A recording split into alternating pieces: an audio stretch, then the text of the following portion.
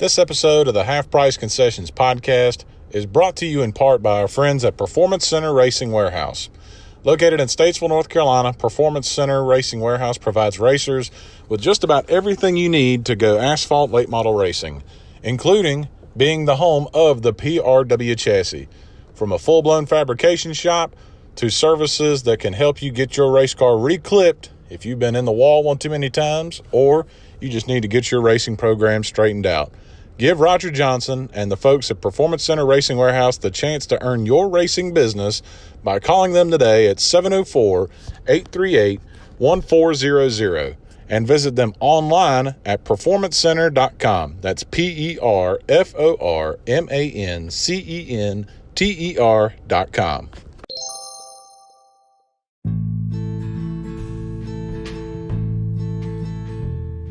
What is going on, y'all? Welcome to episode 9 of the Half Price Concessions podcast. I'm your co-host, Tyler Williams, and thank you to everybody and anybody who's listened to any of our episodes. And just so we're clear, in case you don't know, you can hear the Half Price Concessions podcast on Apple Podcasts, Spotify, as well as Stitcher. And if you don't want to download any of those apps, but you still want to listen to episodes, here's what you do. Go to your internet browser and type in www.anchor.fm/HPC podcast, and there the Anchor page will pull up and you can listen to the episodes without downloading an app. So if you want to listen on Apple Podcasts, Spotify, or Stitcher, I highly recommend those. But if you don't want to download one of those, just go to www.anchor.fm/HPC podcast. Now, on to this week's episode. Me and Buddy Payne have once again found time to reunite.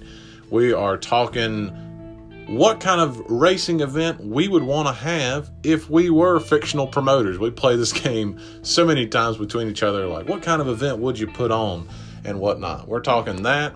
We're talking stories of being a husband and all the things that you learn and we're still learning in marriage and so much more. Episode 9, back with Buddy Payne, the third episode we've recorded, is coming up after this short message. Hey guys, have you heard about Anchor? Well, you should. It's the easiest way to make a podcast. First and foremost, it's free. There's creation tools that allow you to record and edit your podcast right from your cell phone or your computer. Anchor will even distribute your podcast for you. It takes all the work out of it. Your podcast can be heard on Spotify, Apple Podcasts, and many more. You can make money from your podcast with no minimum listenership. It's everything you need to make a podcast in one place. Just download the free Anchor app or go to anchor.fm to get started.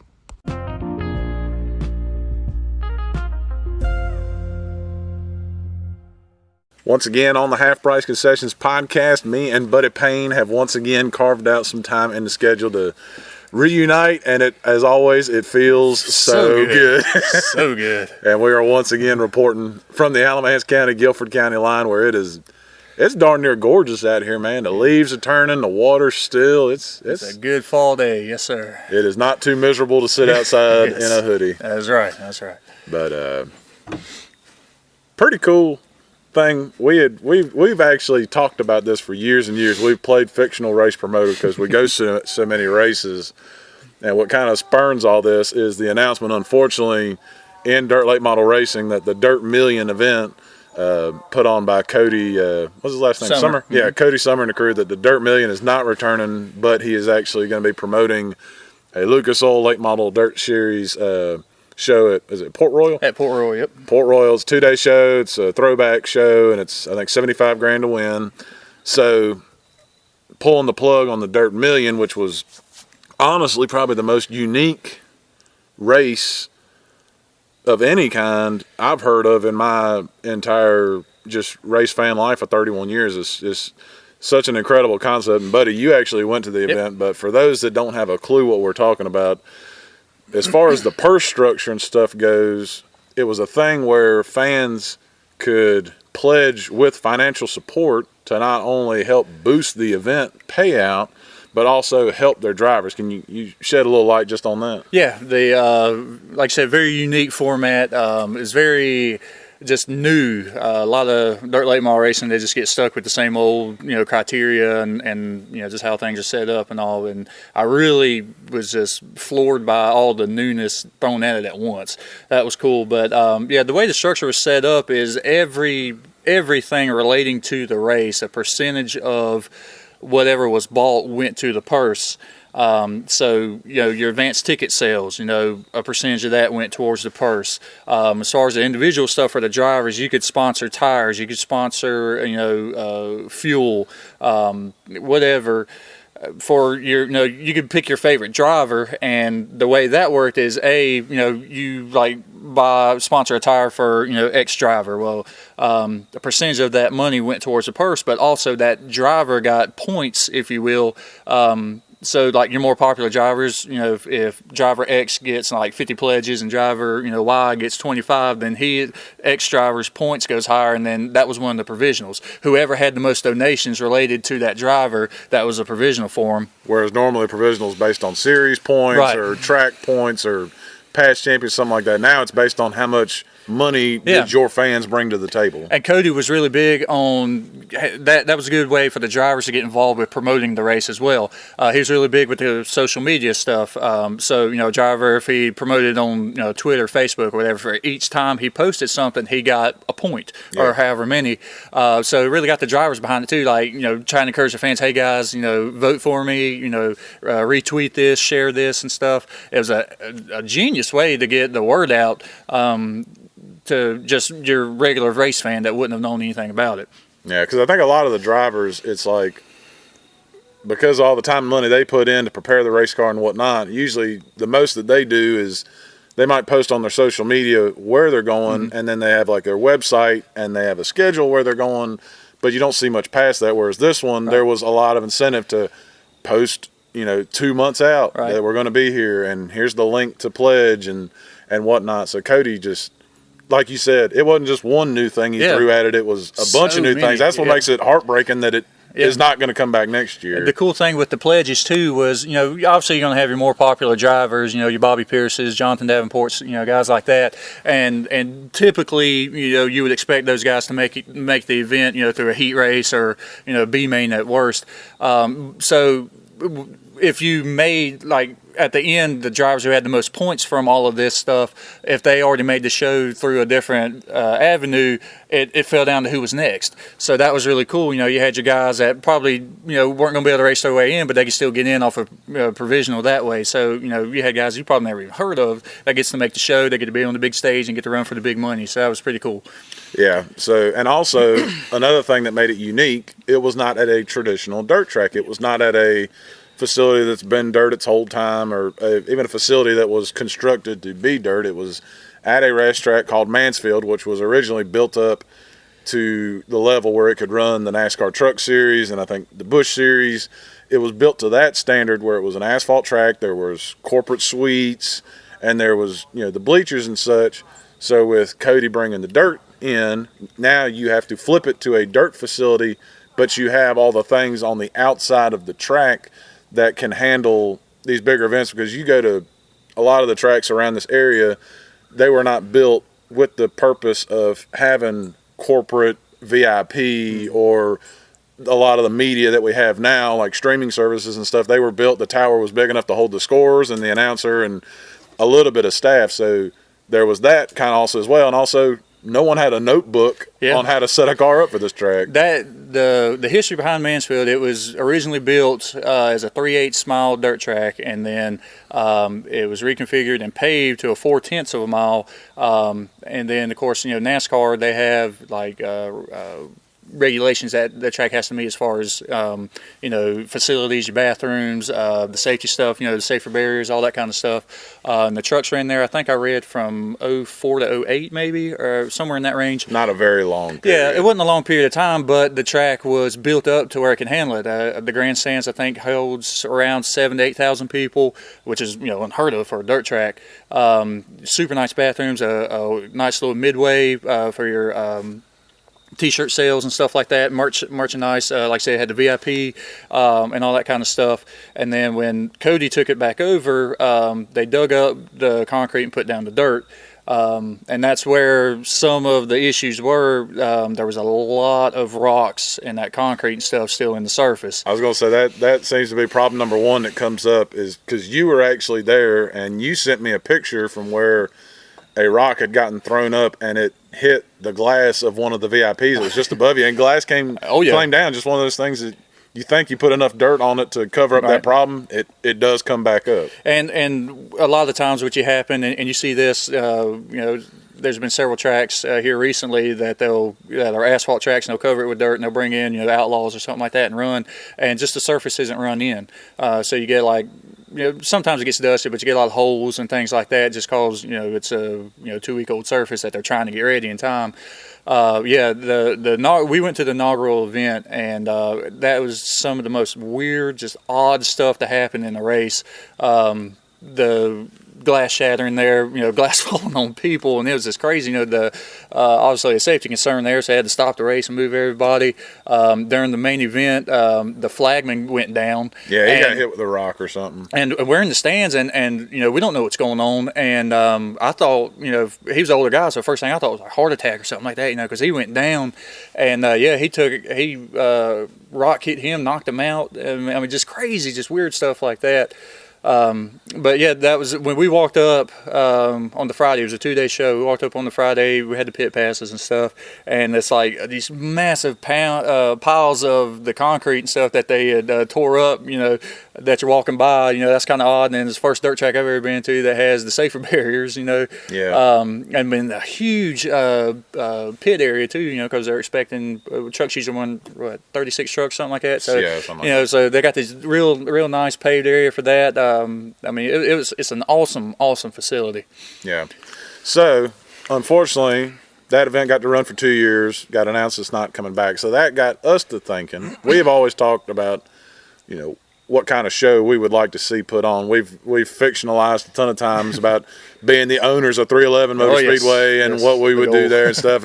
And to any race promoter that listens to this, we ain't got the money to put the skin in the game, so we're not boo-hooing on you by any means. You guys stick your neck on the line way more than we ever would. This is just two guys that have been going to races for 30-something years and just have fun talking about it. So we got to thinking about what kind of show we would put on. So, you know what? I'm gonna actually change my mind in the middle of doing this. I'll let you do a dirt one. Okay. And then I'm gonna kind of spin my wheels on what kind of asphalt show that I would like to see in my fictional world. All right. And we can compare and contrast and whatnot. So now on the dirt side, we'll go with you. First and foremost, what kind of cars do you want to see in this race? Is it just one class, big show? What do you think? I think for your big crown jewels, it works best just to have one class of cars, because you typically have enough to where one class of cars can handle a whole program. Your big races at Eldora, Knoxville stuff, you got 80 plus cars there. That's plenty to keep the show going. So you don't really need a support division. So yes, for this scenario I chose super late models, because that's what we're just more prone to around here. Unfortunately, we don't have the 410s around here, but so I did choose super late models. And my fictional race, I've always thought it'd be cool to do a race of champions, and you get that at a few of the crown jewels where everybody shows up, because it's a fun debate. Which tour has the best drivers? World Outlaws or Lucas Oil, or if this driver ran this tour, would he be as good? And so it's fun for those big races. You get to see everybody run at one time. So I've always liked that, and I've always liked the different formats for some of these shows that allow your national tour guys a chance to make the show, because there's good guys and maybe just their equipment ain't up to snuff or whatever, but pure drive and talent wise they're as good. They just need that shot. and there's only but a handful of so many rides, as we're seeing fewer and fewer, those big rides go away. But the most important thing about the race is location. All right. So where we're gonna have this race. So what I did was I pulled up a map of the United States, and dead center of our great land here is Kansas. And so I looked up good dirt tracks in Kansas, and one of my favorites that the sprint cars run, I don't think the late models run there, is Lakeside. Okay. Lakeside's a beautiful track. It's 4/10 mile. That's another big key for a crown jewel. You need it to be a big enough track to where you have some speed, wide enough track where you have some passing. You don't want to run a big, crown jewel at a bull ring, but you also want to, some of these bigger tracks, these big old 5/8 miles, even though they call them half miles. You don't want them spaced out too exactly. far neither. And that you kind of take the motor out of it a little bit, because the guys with the biggest motors and the best stuff, they're going to be able to last on a big half mile, like in Knoxville, where they're pretty much hammered down for 100 laps. So I chose Lakeside. It's a good facility. It's a very, very nice facility. You do have the VIP boxes there. The grandstands, according to their website, holds around 2,800 to 3,000, but they also have the grass hillside seating. So you could probably comfortably pack 4,000 more folks in there, I'd say. Okay. So I'm going Lakeside. Like I said, it's 4/10 mile. Always good racing for the 410s. And then as far as my format, like I said, I want to do a race of champions. I want to have like the best guys from their respective regions, kind of come together and let's just duke it out, see who's the best of the best. Okay. According to the research I did, there's roughly around 20 to 25 dedicated super late model tours. And of course, you have your two national tours, Lucas Oil and World of Outlaws. But as far as your regional tours, there's roughly around 22, I think was the number I found. So my format is for each of your local tour there, if you have to have a minimum of 10 drivers that follow that tour, and your champion of that tour gets his way free entry, and he gets a provisional. Almost like IROC sort of used to be. Similar, but that way you're going to encourage your local guys to promote their tours more, because they have a chance for their guys to be represented on the national stage there. So you have to have a minimum of 10 followers on your tour, right, and your champion of said tour provisional. You automatically make the show. So that probably puts at, we'll say, about 10 cars already in the show. Okay. I'd like to do a two-day format. I want to do one lap challenge qualifying like they used to do at Eldora. Nice. Just come out, you get one lap. You better go all out. It better be a perfect lap. So you get the one lap challenge. I really wish they would go back to that, at least for one event. And so after you qualify, however you qualify, we're going to set you up for, I'm not going to do the heat race deal, we're going to do the qualifiers. You see this at Fairbury. How do you line up the qualifiers? Off the draw? No, you're going to do it off qualifying. So okay. I don't like penalizing your qualifier, no redraws. So however you qualify, we're going to split you up in groups of 20. So you're going to have groups of 20 cars, 20 laps. Only the winner makes it to the show. And so that's going to have, say if you have 100 cars, that's 5 20-lap qualifiers. So now you have 5 more cars to make the show. Everybody else, bring on the alphabet soup. I love that about Knoxville. I love that because you get to see great racing, and you get to see guys that, you have a bad lap qualifying, you get some bad luck, you're going to see some of your top guys in the D main, so we get to see them work for it.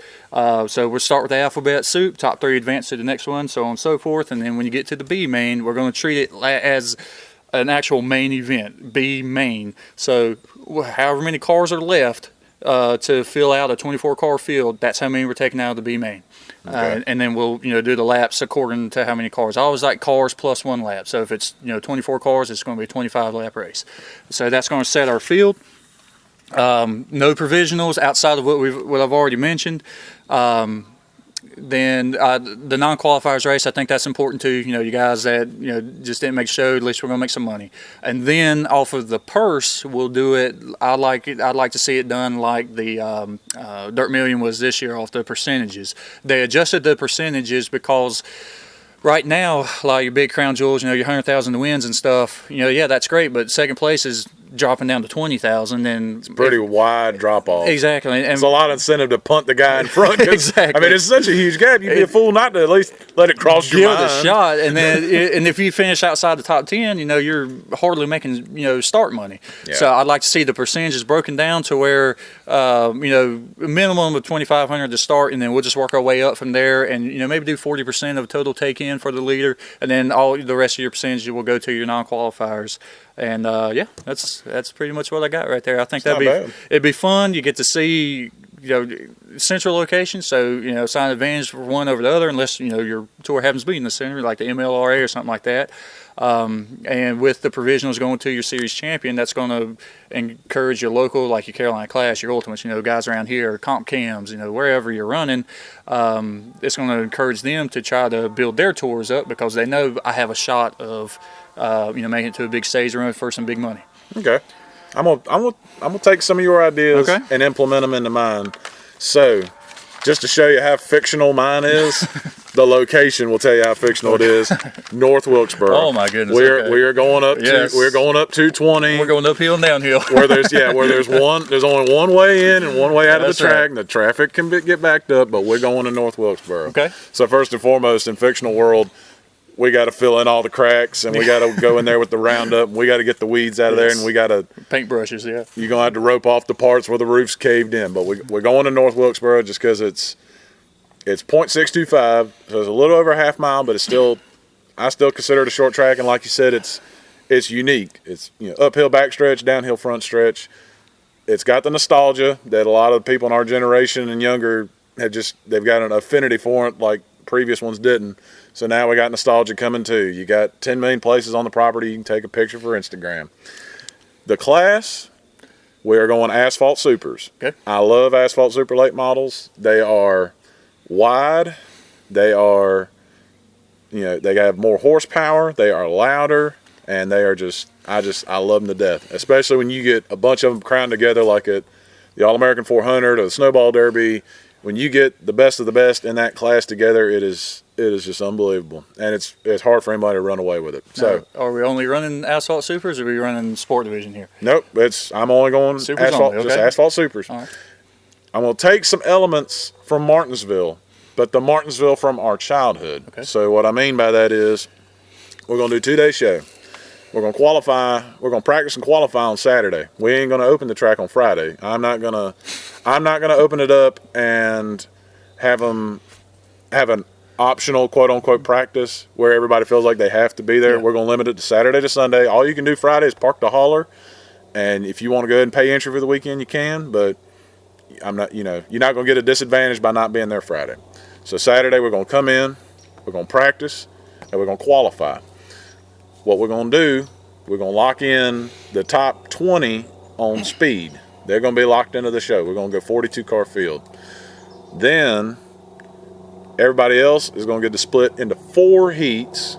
Those heats are going to be 25 laps each. Top 5 makes it in. And I'm not going to have some crazy rule about counting caution laps, because I don't believe in counting caution laps in a race that's not the main event. So, yeah, 25 lap, 4 heat races, top 5 make it in. Going with that. Now, to wrap up the day on Saturday, it's going to be a Saturday Sunday show. To wrap up the day on Saturday, I'm going to do an invitational, kind of like what you were talking about. So with asphalt super late models, there's the Cars Tour Supers, there's CRA, there's Pass National and Pass North. I think there might be another series out there. The Southern Super Series, the Blizzard Series. And what we're going to do is we're going to have a special exhibition race on the Saturday after qualifying. The previous year champion of each of these tours or whatever gets a guaranteed spot, and the current points leader gets a guaranteed spot. So I'm thinking we're going to have probably about 10 cars at most, unless I'm forgetting 2 5 tours, then we'll let them in too. And it's going to be a 25 lap dash, $5,000 to win it. But we're going to pay through, but $5,000 to win it.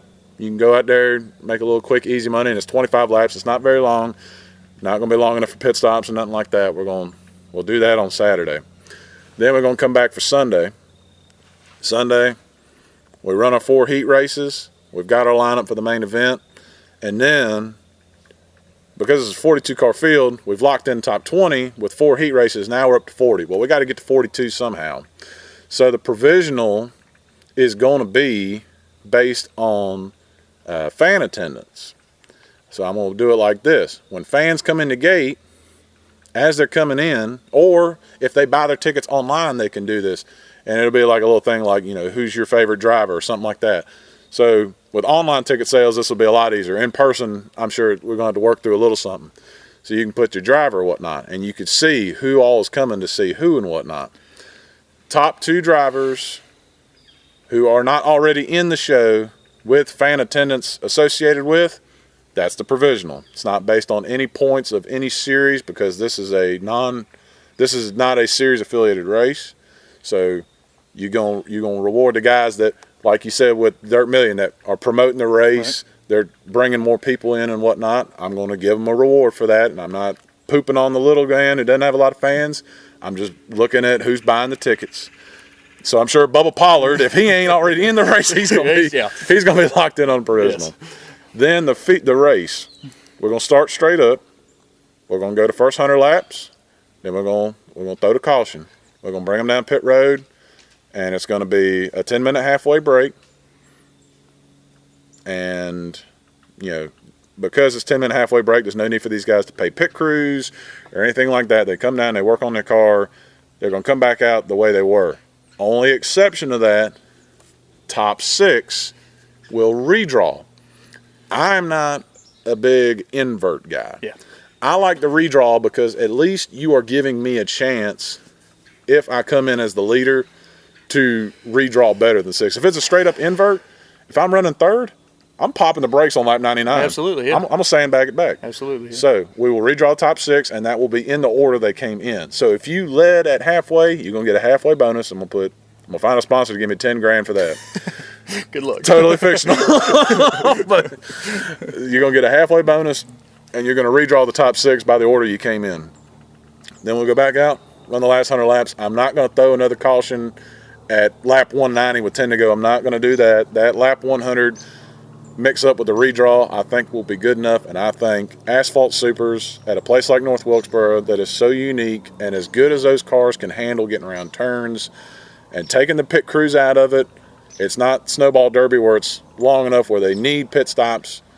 The halfway break should handle that. Get the car refueled. You should be good to go. We are counting caution laps up till 10 to go. At 10 to go, I will cut off counting caution laps. Last 10 laps have to be green. Then I think about the Martinsville rule about how many times are we going to try to restart this race. Yes. I will, you know what? I will put it at 2. I will not go 3. I will give 2 attempts to finish this thing. Now, once they take the white flag, next flag ends the race. Yeah. So, you know, if they take the white flag and there's a wreck, you know, I'm throwing a caution. And what I'm going to do, actually, I'm going to solve this problem as well. Because we have such a problem in this part of the sport about determining, well, who was in the lead? You know, and the old rule has always been, well, who got to the start-finish line first? Here's what I'm going to do. Well, first off, this event's going to be streamed. So we're going to be on video. I'm going to make sure my streamer has 4 cameras set up for a specific purpose. I'm going to draw a line halfway through turns 1 and 2 on the apex. I'm going to draw a line halfway down the backstretch. I'm going to draw a line halfway through turns 3 and 4. And, of course, I got start-finish line. I'm going to make sure my streamer has a camera on each one of those, and I'll pay him for that. And if we get a caution after the white flag, the line you crossed last, at least for the leader, I'm just going to do this for the leader because no one else is probably going to get through this line. Whichever line the leader, you know, got to last, or the field got to last, that will determine it. So maybe the leader crossed the start-finish line first, but he blew turn 1, and he went up the track. Second place got under him and got a nose out in front of him halfway through turns 1 and 2. Caution comes out. He's your winner. Okay. He got to that line. And that line is going to be drawn, and it's going to be white, and it's going to be impossible to miss. And they're like, this is the way we're going to determine it. So if you do make that last lap pass, you are not going to get held back because you didn't make the pass at the start-finish line. And as far as paying to win, for something like that, I'm probably going to have to do $25, $30 grand to get those supers in there. But I don't want I don't want pit crews. I don't want pit stops. I don't want, that's why I'm doing the halfway break, and that's kind of what I'm thinking. Just because I think it'd be a cool show. Yeah, that sounds good. I guess first question is, what time of the year for these? Because we see the crown jewels kind of spread out more. Yeah. So I think it's more in dirt than asphalt. You correct me if I'm wrong. Your dirt stuff's throughout the year. They really gets fired up around May, but May through September, you've got pretty much crown jewel every weekend. It seems like, to me, the stuff I know about asphalt, more your stuff's towards the end of the year, correct? Mostly, yeah. Mostly, yeah. So are you doing this at the end of the year because you still got guys running for points and stuff? Or are you going to try to do it warmer weather? Or I'm doing like last weekend in August. Last weekend in August, okay. Because for asphalt supers, what I'm thinking is if I can avoid some of the mid-summer ones and whatnot, and I still give them time to get ready for Snowball Derby, because Snowball Derby is still, in my mind, the biggest asphalt super race in the country. That still gives them time to get fixed for that. It's late August, so we're still going to be warm outside. I'm not going to have to worry about the cold.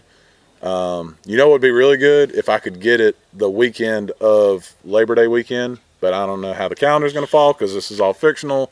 It'd be great if I could get Labor Day weekend, run the show on Sunday, and then Monday is a day where everybody it can be my rain date if I need it. If not, it's a day for everybody to go home and recover and go back to work on Tuesday, because most people are off on that Monday. Okay. So I'll go with that one. All right, good idea. So, hey, you know what? If we ever hit the lottery, this still ain't going to happen because our wives are not going to let us do that. Yes. So then we can still dream. Yeah. So then that leads us into our next topic, married guy stuff. Yes. Now, I got married in 2016. Buddy, you got married in 2015. Yep. So we're a year apart on that. We're both happily married, awesome wives, good Christian wives and whatnot.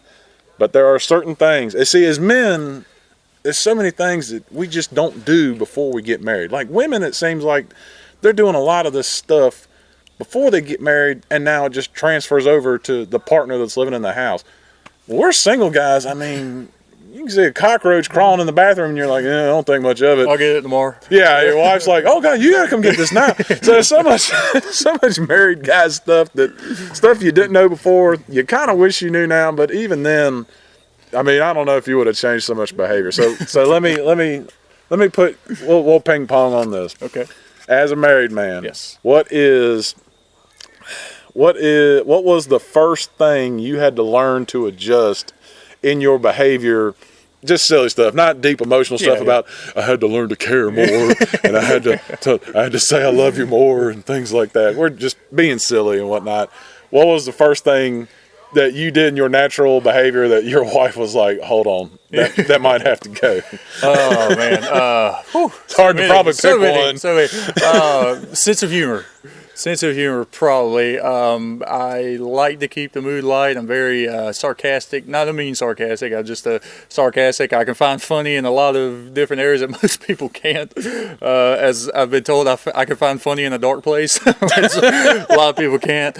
And, I would say sense of humor, because things to me are funny that other people take way too serious, in my opinion. And I can't really single out one specific thing off the top of my head. Getting used to a female's sense of humor is way different from a guy's sense of humor most of the time. Most of the time, you can't really lump them all in together, because I know some females, I might be related to them, that have a pretty dark sense of humor. I already know who you're talking about, but I won't name her. Yes, yeah. But my beautiful wife, I call it. She has like the Disney sense of humor. Like, it's very, very light, just very topical, funny stuff. But if there's any kind of deepness to it, I think it's funny. But I know I better not say that right there, because I'm going to be the only one laughing. I can't believe you'd say that. So it's like, I don't really think this. It's just funny to me. Yeah, it's just a funny thought. Yeah, that's just how I've always had to deal with stuff like that. So I'll just learn to laugh at it, because if I took it serious, man, I'd be going crazy. I think mine off the top would probably be the difference in the sleeping habits. Okay. Me and my wife's sleeping habits, we could not be more further apart. Yes. by nature am a little bit more of an early riser. I don't get up at 6 on days off, nothing like that, but I get up about 8:30 or so, and that to me is sleeping in. My wife is a night owl. My wife in college would stay up all night watching Netflix, Disney movies, whatever it was, and would sleep all day on Saturday. And I'd be like, man, you wasted a whole day. Well, I was up all night watching TV. Yeah. Me, I'm like, man, I'll go to bed at a reasonable hour, like 11:30, midnight, wake up about 8 or so or whatever, just naturally. And I'm going on about my business. If it's, when I was in college, it was like, all right, I got the day free today. Am I going to go fishing? I'm going to go hang with my buddies. I'm going to go find a race. I'm going to go find something to do. I want to go do stuff. Yeah. Whereas she's a little bit slower on that. So that was probably the first thing that came up where it was a difference, where the sleep schedule is totally different. So like now on Saturday mornings, if we don't have an obligation, I know when I wake up, give her a kiss, tell her I love her. I take my headphones into the living room, and I try not to make much noise. That's her time to kind of shut her brain off and just sleep and relax, where I'm like, I'm watching College Game Day. I might be watching racing highlights. Yeah. So that was, like I got in trouble for this. I did not realize this early on. So I went in the living room and was like, I'm going to watch the TV on normal volume. I started getting the text messages from the bedroom on my phone. Please turn the TV down. I'm like, it's not even that loud. Yeah. Please turn the TV down. TV's all the way down to 2. I can't hear it. Thank you. I'm like, I can't hear nothing. So, God to live in a small house. God bless headphones. Oh yes. So, that's funny. Me and Heather are flip flop. I'm the night owl and she's the early riser. And I learned that very early on. Get home. We go out to eat or something like that, and it's 8:30, something like that, ready to throw in a movie or something like that, and she's already batting eyelids. So I learned very on, as of course, being the gentleman, attempting to be the gentleman, let her pick out the movie, and so she picks out some chick flick or something I'm not interested in, and you don't want to watch The Notebook? No, thank God she ain't that bad at it, but no, Dirty Dancing or something like that, and. That's actually a true story. She loves the movie Dirty Dancing. I bought it for her on DVD for her birthday or Valentine's or something like that one year. And we weren't married at the time. We were still dating. And we come home. I'm pretty sure it's Valentine's. You go out to eat, have a nice dinner and stuff. Come home. It's, like I said, 8:30, something like that. Hey, well, let's watch a movie, babe. All right, good. Yeah. So throw it in there, snuggle up on the couch. 30 minutes into it, she's gone. Just passed out. She's purring on my, laying in my arms. She's just purring, and she's laying on my arm. I can't reach the remote, so guess who's stuck watching Dirty Dancing by himself? And I'm just thinking, how how many races I could be watching right now, or a game or something like that. So, 9 o'clock. If it's past 9 o'clock, it's a miracle for her to be awake. All right, that's one thing. Let me try to think something. Oh, the shared space.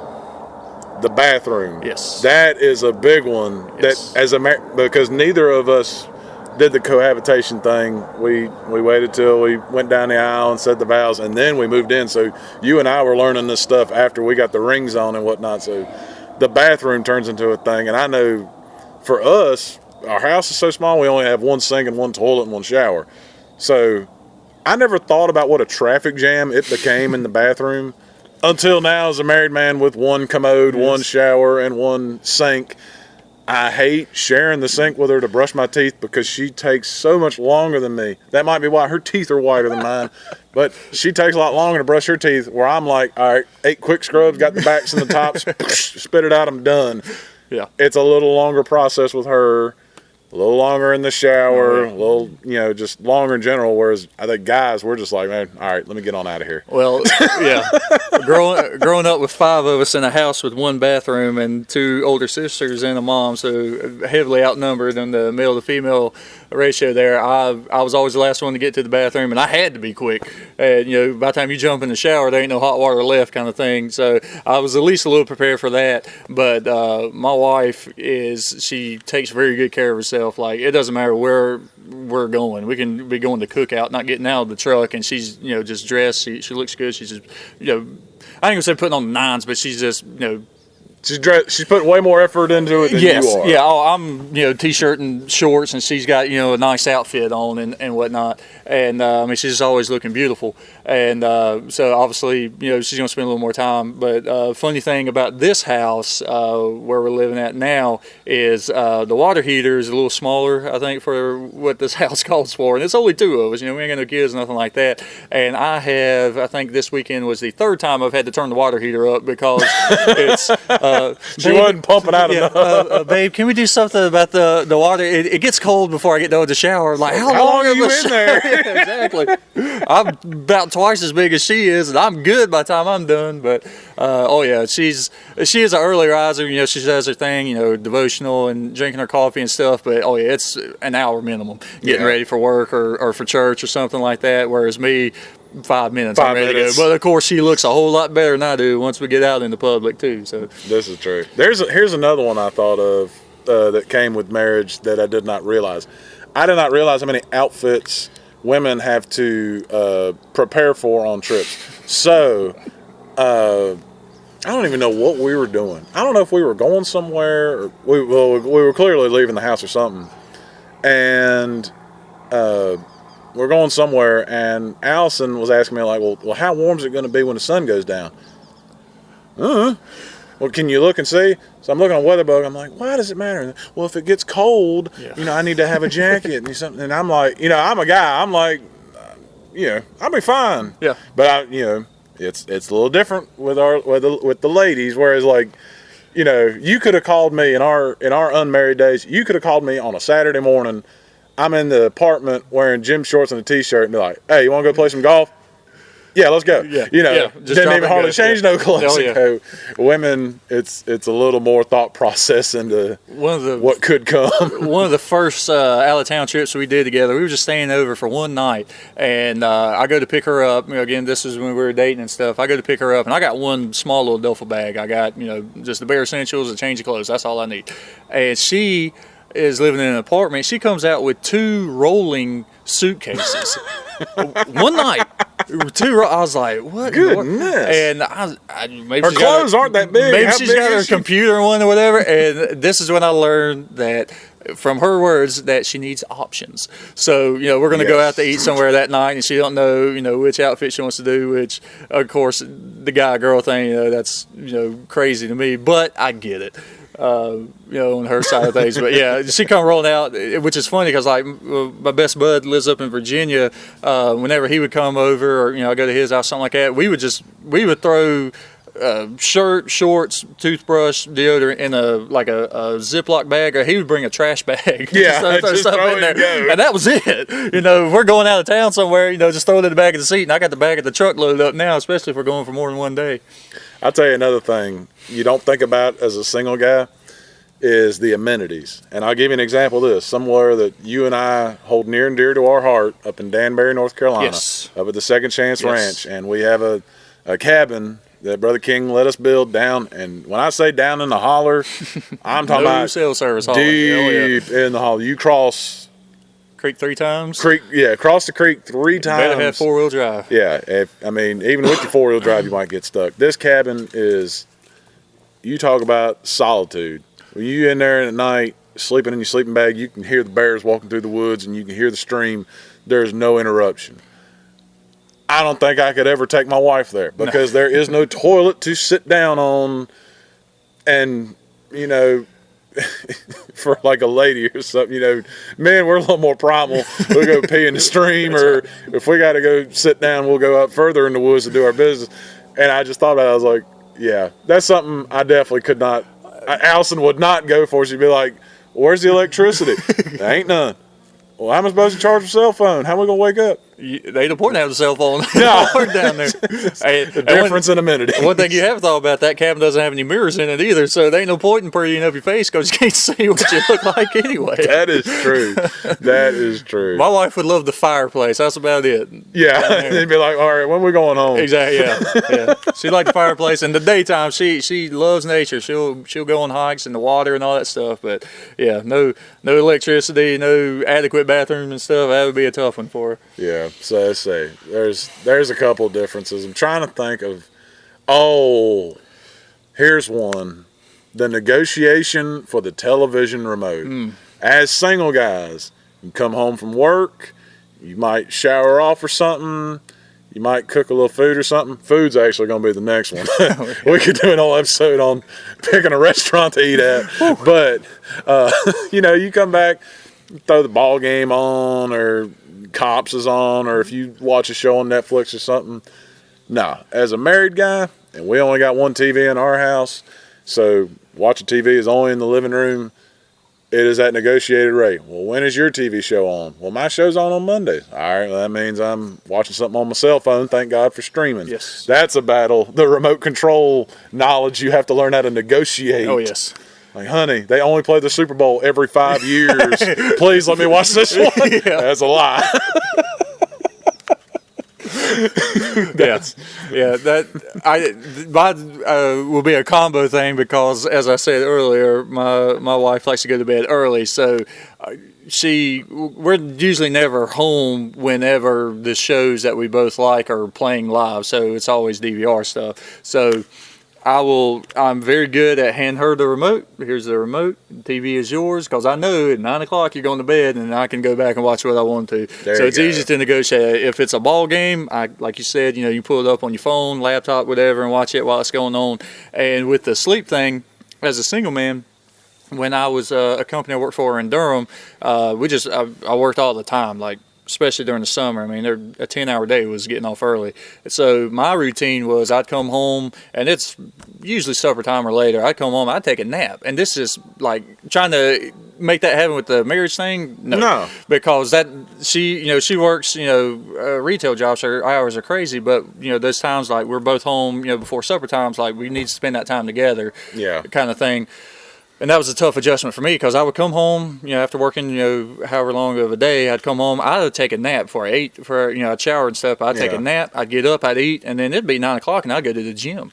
And then come home, watch a ball game, play video games or whatever like that, and, 11:30, 12 o'clock, I'm going to bed. That was my routine. That was just insane for her. She's like, how can you sleep when 2 hours later you're going to bed? Well, I'm not going to bed 2 hours later. You are. I'm going to be up for a lot longer than that. So with the remote stuff, it's a little easier for me, because you're on different sleep schedules. Her and I are the definition of opposites attract, and there's a lot of truth in that. And so like this, we don't like the same shows. I don't know if it's like with you and Allison, but like stuff she watches I don't care for, stuff I like she doesn't care for. So I just hand her the remote, and then I'll take a nap right then. So I'm still getting my nap in, or I'll watch something on my phone or something like that. I have gotten lucky with her with the sports stuff. I don't really watch a lot of shows. I'm more most of the time I'm watching a ball game or something. And the teams I follow and the sports I follow, usually when one's done, one season's done, the next one's starting.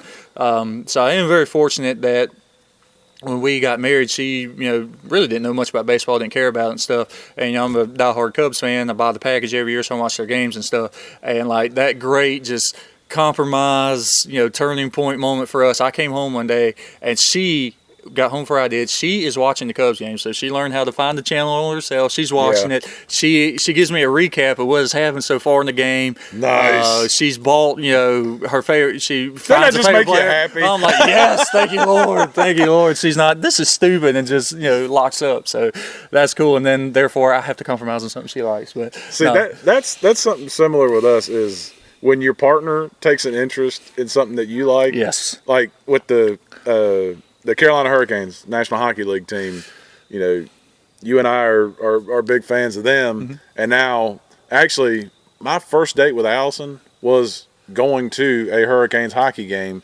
And to my surprise, I thought she'd hate it. It was cold in the arena for her. Sure. I was fairly comfortable. She got a little cold, but enjoyed it in person.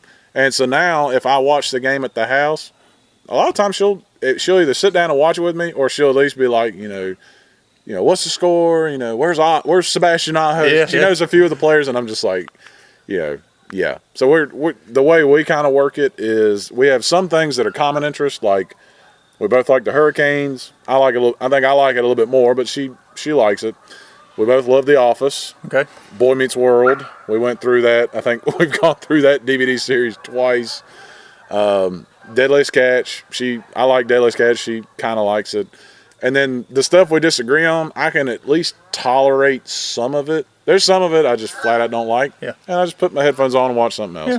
Thank God for streaming. That's right. Now the food one. Oh my goodness. This is the fun one. I'm going to just tell you, picking the restaurant, that's a whole different episode. Yeah. That one will take a full hour. Yeah, absolutely. But the difference in what you eat. So I'm going to give you an example. When I was in my studio apartment in Graham, in the Pines, and when I say studio, it might have been a studio of a studio. She's pretty small. My dinner diet consisted of boiled hot dogs with the cheese and the weenie. I didn't invest in hot dog buns. I ate them off the sandwich bread. 'Cause why buy a hot dog bun? You can only eat hot dogs with it. So, boiled hot dogs, which my wife says is not cooking. Food Line freezer chicken nuggets. They had the clear plastic over the top. Food Line chicken nuggets. Mac and cheese in the microwave. That's a nice, easy one. Chicken patties in the oven. Trying to think what the other one. Oh, Jethro bowls of cereal. I take the popcorn bowl and fill that booger with Captain Crunch. That's the only reason I had milk in my apartment was so I could eat Jethro bowls of cereal. Now that we've been married for a while, my wife hates when I buy cereal because she knows what's coming is the Jethro bowl. So now I can't remember last time I did it. But you eat so much different as a single man at the house as compared to when you get married. Now, if I was to say to my wife tomorrow after work, like, what do you want to do for supper? If I was like, well, why don't we just go get some chicken nuggets and some mac and cheese? She'd be like, you want to try that one again? That's a major one. Wow. You have it twofold because your wife's a vegetarian and whatnot, and you're a meatitarian, so you get it twice as different as me. I'm definitely the carnivore, that's for sure. She is. I'm just gonna call her a clean eater because she does eat meat, but it has to be clean meat. Okay. She used to be a vegetarian. Yeah, well, ish maybe. It was just like I said, just clean eating. Like she'll eat chicken that she buys herself, so she knows it's doesn't have any of the fillers in it, hormones. It's cage free and it's wild caught, grass fed. All those terms I never knew existed. All these terms I never knew existed before I got married. But my single man diet was 2 cans of beanie weenies because I was a growing boy. Nice. Sandwiches, the Hungry Man meals.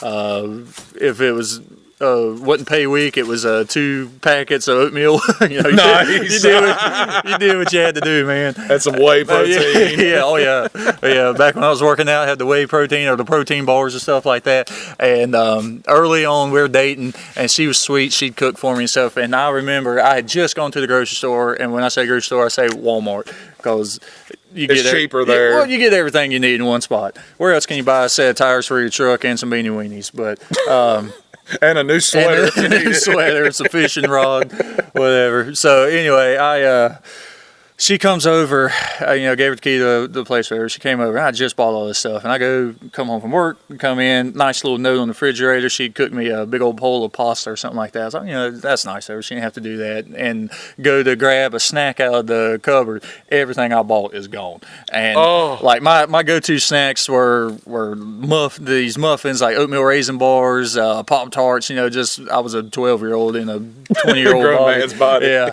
And like everything's gone. And she was very she started out like she would like take one out and then have like a healthy replacement. So my oatmeal raisin bars go, and then she has like these like health nut bars that are like all organic and stuff. Ew. And I'm like, okay, I'm going easy. We're going easy. And then I think we just got comfortable enough in the relationship, or at least she was, and like everything's gone, and like here's all this other stuff. So first of all, I'm a little mad because I just spend all this money. Yeah, all this money went down the drain. That's the pain in me.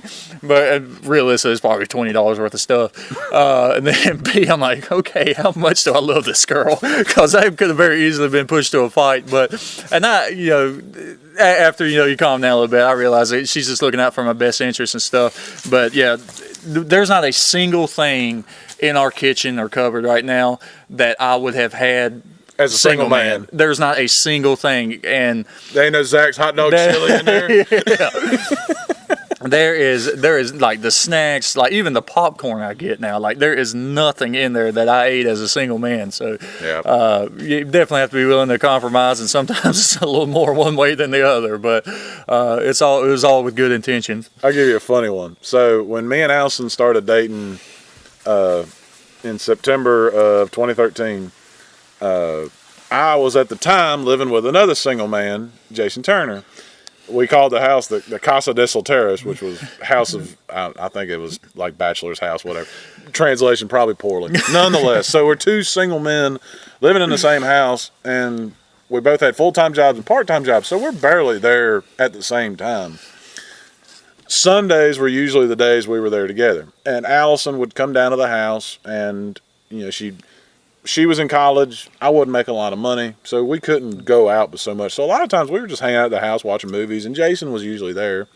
And we third wheel at the La Fiesta or whatever. But this is the funny part. So Sunday, there was a particular Sunday where Allison in her good heart was like, I want to cook something for you guys. Pretty easy to please. I'm like, whatever you want. And she made hamburger helper.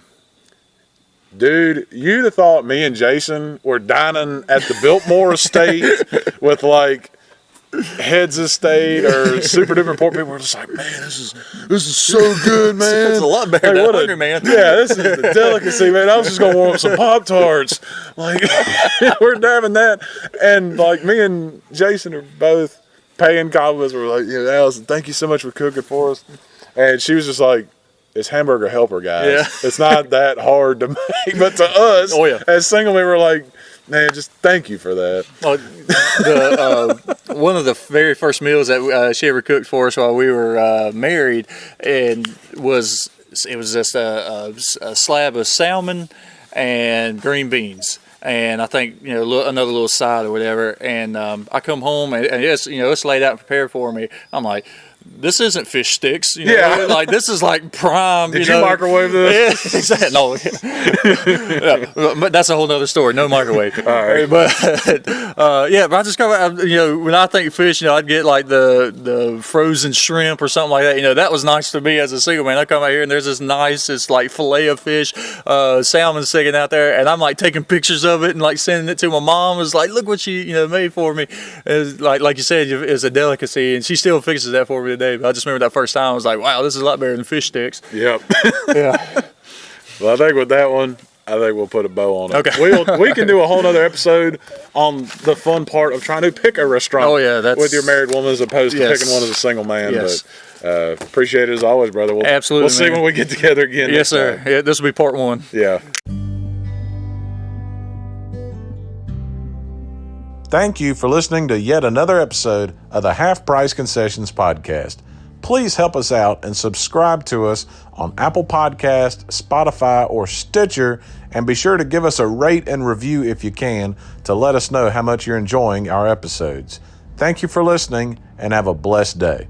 And don't forget, you can also listen to episodes of the Half Price Concessions podcast without downloading the apps. Just go to www.anchor.fm/HPC podcast. Thank you, and have a blessed one this time.